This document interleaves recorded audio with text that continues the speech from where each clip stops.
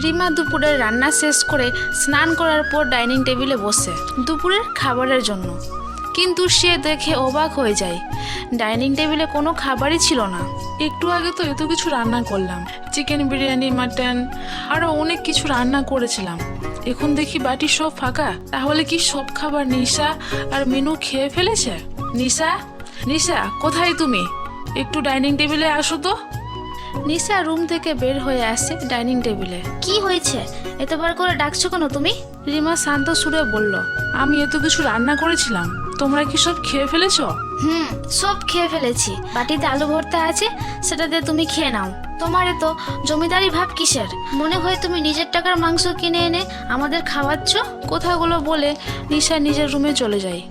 রাজা রিমার পারিবারিকভাবে বিবাহ হয়েছে 2 বছর হলো। রাজা একটা ভালো কোম্পানিতে কাজ করে ভালো মাইনে পায়। তারা সবাই একসাথে থাকে, রিমা, রাজা ও তার 2 বোন মিনু আর নিশা। রাজার মা বাবা মরার পর নিশা ও তার বোন তার দাদার সঙ্গেই থাকে। তাদের কষ্ট যাতে না হয় তাই জন্য রিমাকে বিয়ে করে বাড়ি নিয়ে আসে। কিন্তু বিয়ের পর থেকেই তারা 2 বোন রিমার সঙ্গে খারাপ ব্যবহার করত। অফিস থেকে বাড়ি আসার পর রিমা রাজাকে বলে, তুমি যখন বাড়িতে থাকো না, তোমার 2 বোন আমার সাথে অনেক খারাপ ব্যবহার করে। আমি কিছু রান্না করলে তার আগেই খেয়ে নেই। আমাকে রোজ দিন আলু ভর্তা খেয়ে থাকতে হয়। আমার বোনেরা তো কিছুদিন পর বিয়ে হয়ে চলে যাবে, তাই যা যা আমার বোনেরা খেতে চায় আর যা যা করতে চাই করতে দাও। আর আমার বোনেরা তোমার সঙ্গে কোনো খারাপ ব্যবহার করতেই পারে না আমার যতদূর জানা, কারণ আমার বোনেরা অনেক ভালো। রিমা অনেক বোঝানোর পরও রাজা তার কোনো কথা বিশ্বাস করে না। এসব কথা বলার পর সে ঘুমিয়ে পড়ে। পরের দিন সকালে রিমা প্রচণ্ড জ্বরে আর শরীর খারাপ আর দুর্বল লাগে, তাই সকালে ঘুমিয়েছিল। কিছুক্ষণ পর তার বড় ননদ মিনু এসে তাকে বলে, সকালের খাবার কখন করবে? আমরা কি আজ না খেয়ে থাকবো নাকি? মিনু, আজ আমার শরীরটা ভালো লাগছে না, তোমরা পারলে কিছু রান্না করে নাও। কি বললে তুমি? আমি কেন রান্না করব? আমি রান্না করতে পারবো না। তারপর মিনু অনেকগুলো কথা শুনিয়ে সেখান থেকে চলে যায়।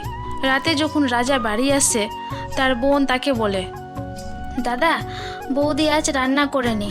আমরা সকাল থেকে না খেয়ে আছি। বৌদি আজ সারাক্ষণ ঘুমিয়ে ঘুমিয়ে মোবাইল দেখছিল।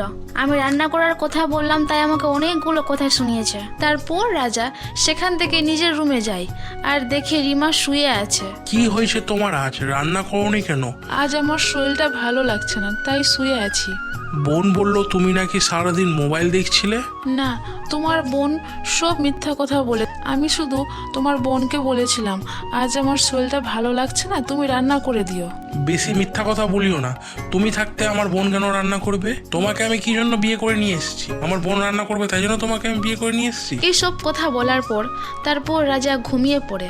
আর রিমা মনে মনে ভাবে, আমি সারাদিন এত কাজ করি, তবুও আমাকে সারাক্ষণ এত কোথায় শুনতে হয়। এইগুলো ভাবতে ভাবতে রিমাও ঘুমিয়ে পড়ে। পরের দিন সকালে মিনু তার বৌদিকে বলে, আমার এই জামাটা আয়রন করে দিও তো। ঠিক আছে, রাখো, করে দিচ্ছি। তারপর রিমা আয়রন করতে করতে তার শরীরটা কিছু ভালো লাগছিল না, তাই সে তাড়াতাড়ি করে বাথরুমে যায়। বাথরুম থেকে আসার পর কিছু একটা গন্ধ পায়। এমা, এটা কি হলো? জামাটা পুড়ে গেল। তারপর সেখানে মিনু আসে আর তার বৌদিকে বলে, তুমি এটা কি করলা? আমার এত দামি ড্রেসটা তুমি পুড়িয়ে দিলা। তুমি ইচ্ছে করে আমার ড্রেসটা পুড়িয়েছো, আমি সব জানি। আমার ভুল হয়ে গেছে, আমি ইচ্ছা করে কিছুই করিনি। মিথ্যা কথা বলো না, তুমি সব তুমি জেনে শুনে করেছো। নিশা, গরম আয়রনটা নিয়ে আয় তো বোন। যে হাতে আমার জামাটা পুড়িয়েছে আর সে হাতটাই আমি তার পুড়িয়ে দেব।